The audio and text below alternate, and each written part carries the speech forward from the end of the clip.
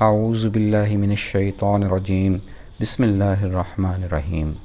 Let us try to understand some core ideas of 16th Parah. To me, this Parah is like the divine advice. This Parah widens the canvas of divine advice taken from the meaningful conversation of the Prophet Moses with Khizr during the famous voyage. All three episodes show that Khizr did everything with the permission of Allah. We naturally become curious about something or some event and start raising questions without going deep into its different aspects. A simple reason for this is that we lack foresightedness. We look into the matter only superficially, ignore the other side of it, overlook the divine advice, and become impatient. We should not cast doubt in matters which are happening at the will of Allah Almighty. The comprehensive knowledge lies with Allah, and we need to be patient and silent to learn a proportion of such knowledge. He distributes among His people whom He wants to give whatever He considers beneficial for them. We can also take advice from the adventures of Zulkarnain, who was given a great military power. He constructed an iron wall to restrict the attacks of Yajuj and Majuj, a nation that was not in position to understand the real truth. This wall was made with Allah's blessing, and when He will wish, it will be destroyed.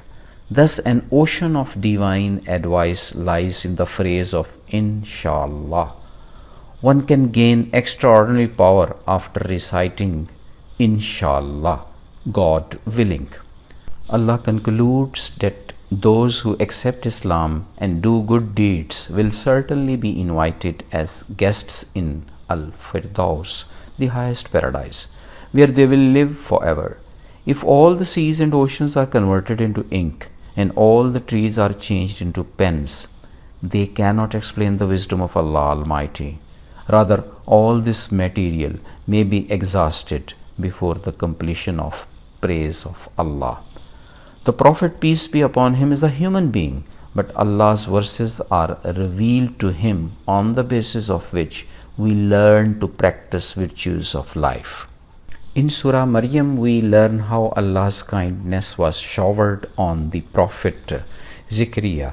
We realize that there is always divine advice in Allah's actions, deeds, and verses. It is Allah's supreme power which brought the good tidings of a son to the Prophet Zechariah. Then that son is elevated to the position of a prophet in his childhood. We need to learn the lesson of obedience of a son to his father.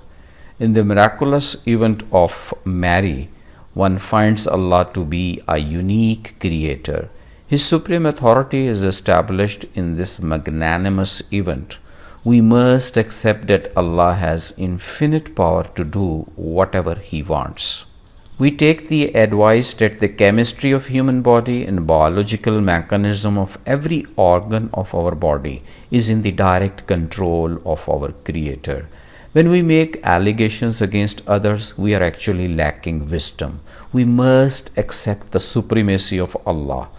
Only divine advice can liberate us from falling down in the slippery and slopey road of worldly knowledge, most of which is of secular nature. We should avoid making allegations against others before probing and understanding the matter thoroughly. Truth needs not to be verbally explained. It finally speaks itself like the infant Jesus speaks that He is Allah's servant, who has been made subservient to his mother. Allah has granted him a book and made him his prophet. To hear this, real silence prevails. A take-home advice is that we should observe silence when others do not understand our point of view. In this kind of demonstration, we may gain distinctive synergy, which can be translated into the benefit of humanity. The Prophet Abraham says to his father that he has found such a marvelous knowledge which he does not have. He asks his father to follow his point of view, which would direct him to the right direction. My dear father, please avoid the worship of Satan, who is the staunch disobedient of Allah. I am afraid of the fact that you might be friend of Satan and thus face some ruins from Allah. From these words, we can take an advice that we should clearly disclose the truth to others, even very near and dear ones, without keeping any fear in mind. Similarly, in Surah Taha, we find a lot of other divine advices.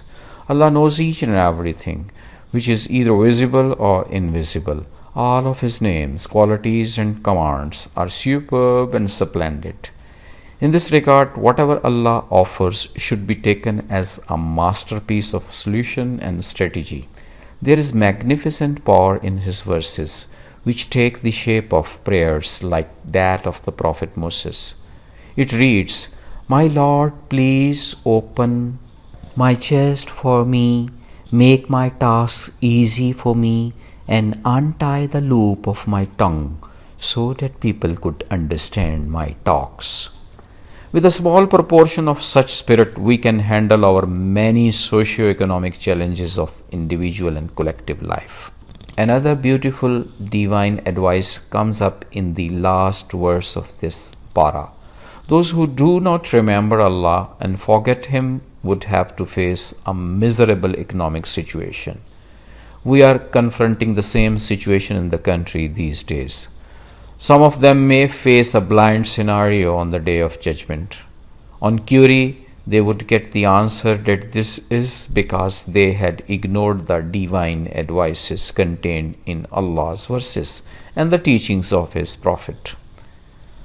Even today, if we act upon divine advices from the core of our hearts, we will certainly be able to make miracles in our lives and converse with Allah in our own symbolic Tur hills.